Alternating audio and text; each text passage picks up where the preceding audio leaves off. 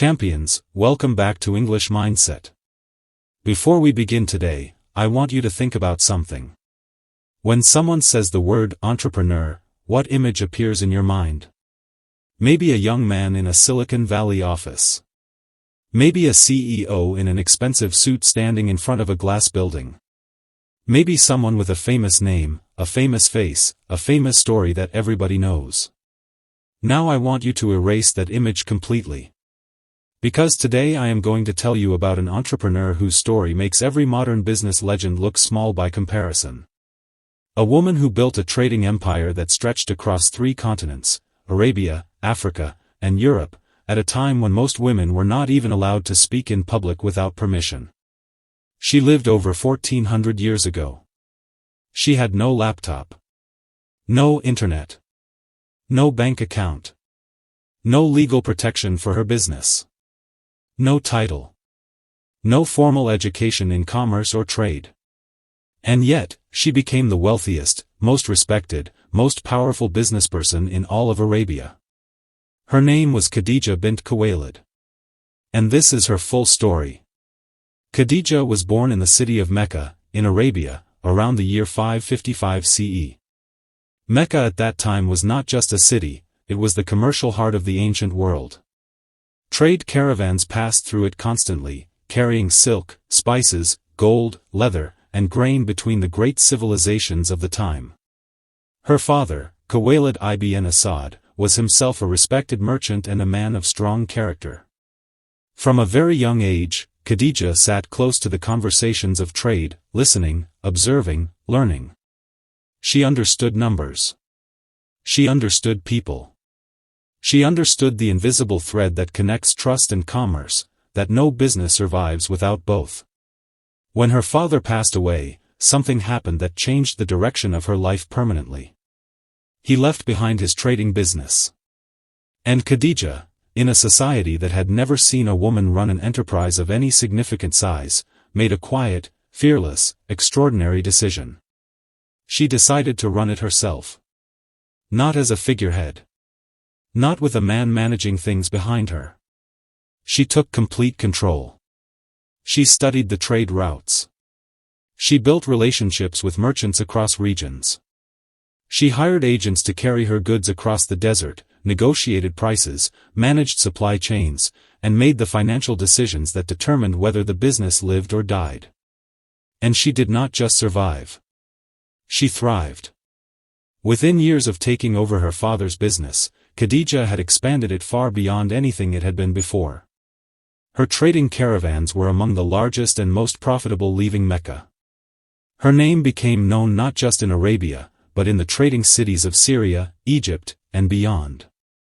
Here is something important to understand. In the ancient world, trade was not just about goods. It was about reputation. It was about character. Merchants who cheated, who delivered poor quality, who broke their word, they were finished. Word traveled fast, even without the internet. A bad reputation in one city meant no business in the next. Khadijah understood this completely. She built her entire business on one foundation: integrity. She paid her workers fairly. She treated her trading partners honestly. She delivered exactly what she promised, every single time. And because of this, people across 3 continents trusted her with their goods, their money, and their business. She became known by a title that no one gave her officially, but that everyone used naturally. They called her Amirat Quraysh, the Princess of Quraysh, and Al-Tahira, the Pure One. Not because she was born into royalty, but because her character had earned her a crown that no king could hand her and no enemy could take away. At the height of her success, her trading operation was larger than those of most of the powerful men in Mecca combined. She employed hundreds of people. She made decisions that affected entire communities. She was, by every honest measure, the most successful entrepreneur in Arabia. And she did all of this as a woman, in a world that had been designed entirely to limit what women could become. Among the people Khadijah hired to manage her caravans was a young man from Mecca. He was known throughout the city for 2 things: his honesty and his wisdom. People called him Al-Amin, the trustworthy one. His name was Muhammad. Khadijah had heard stories about him before she hired him. She had heard that he never cheated in business, never broke a promise, never treated anyone, rich or poor, with disrespect. She hired him to lead one of her most important trade caravans to Syria. When he returned, the profit he brought back was extraordinary. But more than the profit, the reports she received from those who had traveled with him confirmed everything she had already suspected. This was not an ordinary man. Khadijah, who had been proposed to by some of the most powerful and wealthy men in Arabia and had declined every one of them, made a decision that surprised everyone who knew her.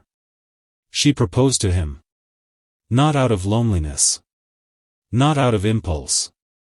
But with the same careful wisdom and strength of character she had applied to every important decision in her business life. She saw in Muhammad qualities that wealth and power could not manufacture. She saw integrity, depth, compassion, and something rarer than any of those, a soul at peace with itself. They married. And Khadijah, the wealthiest woman in Arabia, gave everything she had, her wealth, her resources, her complete and unshakable support, to stand beside him through what became one of the most significant journeys in human history. When Muhammad received the first revelation and came home trembling with fear and confusion, it was Khadijah who held him. It was Khadijah who said the words that steadied him. She said, "You are kind to your family, you help those in need, you are honest in all things. God will never disgrace a man like you." She was the first person to believe in him. The first to support him. The first to use her enormous wealth and influence to protect and strengthen what he carried. Her legacy is not just that she was rich. Her legacy is that she used everything she had built, every dirham, every connection, every ounce of her hard-earned influence, in service of something far greater than herself. Champions, before I let you go today, I want to draw out 3 lessons from Khadijah's life that belong to every person watching this, regardless of your gender, your background, your religion, or where you are in your own journey. The first lesson. Character is the most valuable currency that has ever existed. Khadijah did not build her empire with money alone. She built it with trust.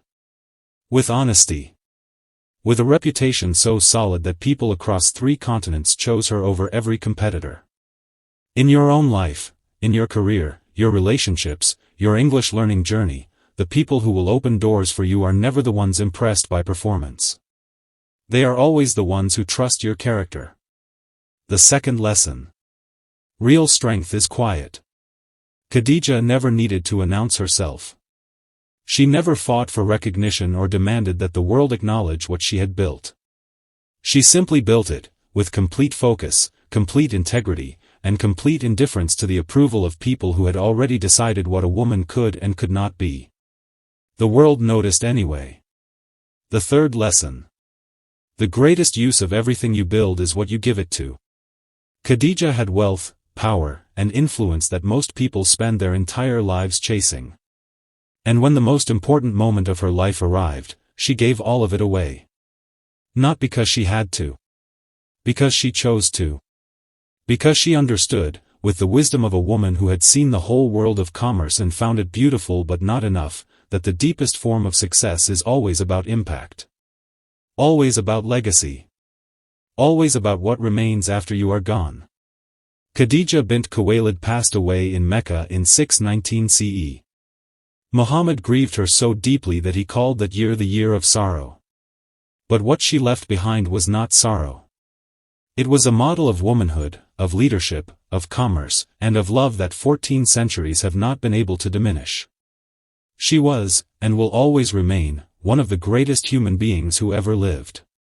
Champions, if today's story moved you, if Khadijah's life reminded you of something important about your own, I want you to do one thing before you leave. Write down one word from today's video that you want to remember. Just one. Maybe it is integrity. Maybe it is legacy. Maybe it is commerce, or wisdom, or influence. Write it down, use it in a sentence today, and carry it with you. And if this story deserved to be heard, share it. Send it to one person who needs to be reminded today that greatness has no gender, no era, and no limit. Subscribe to English Mindset. New stories every week, powerful, clear, and always worth your time. This is English Mindset. And I will see you in the next one, champions.